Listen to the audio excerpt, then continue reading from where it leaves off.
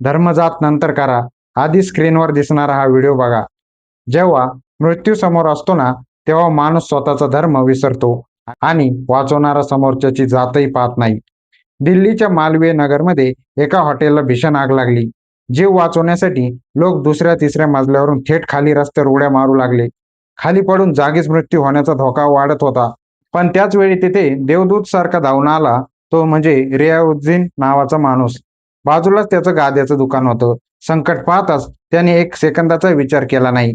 आमिर, मोहम्मद शोएब, वसीम रज्जा आणि मोहम्मद अफजल या तरुणांना सोबत घेऊन त्याने आपल्या दुकानातील तब्बल 2 लाख रुपये किमतीच्या नव्या कोऱ्या गाद्या रस्त्यावर पसरून दिल्या. वरून पडणारे लोक थेट त्या गाद्यावर पडले आणि बघता बघता 10 ते 12 जणांचे प्राण वाचले. नंतर कोणतरी रियाउद्दीनला विचारलं, अहो तुमच्या 2 लाखाच्या गाद्याचं नुकसान झालं, त्याचं काय? तर त्याने काय उत्तर दिलं माहितीये का? मला गाद्यांचं नुकसानीचं दुःख नाही. समाधान या गोष्टीचं आहे की आज कोणाचं तरी कुंकू पुसण्यापासून वाचलं, कोणाच तरी मूल अनाथ होण्यापासून वाचले.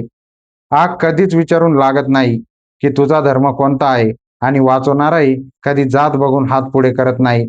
सोशल मीडियावर रोज नफरत पसरवणाऱ्या हजारो पोस्ट तुम्ही शेअर करता, पण आज वेळ आहे समाजाला जोडणाऱ्या खऱ्या हिरोंची गोष्ट शेअर करण्याची.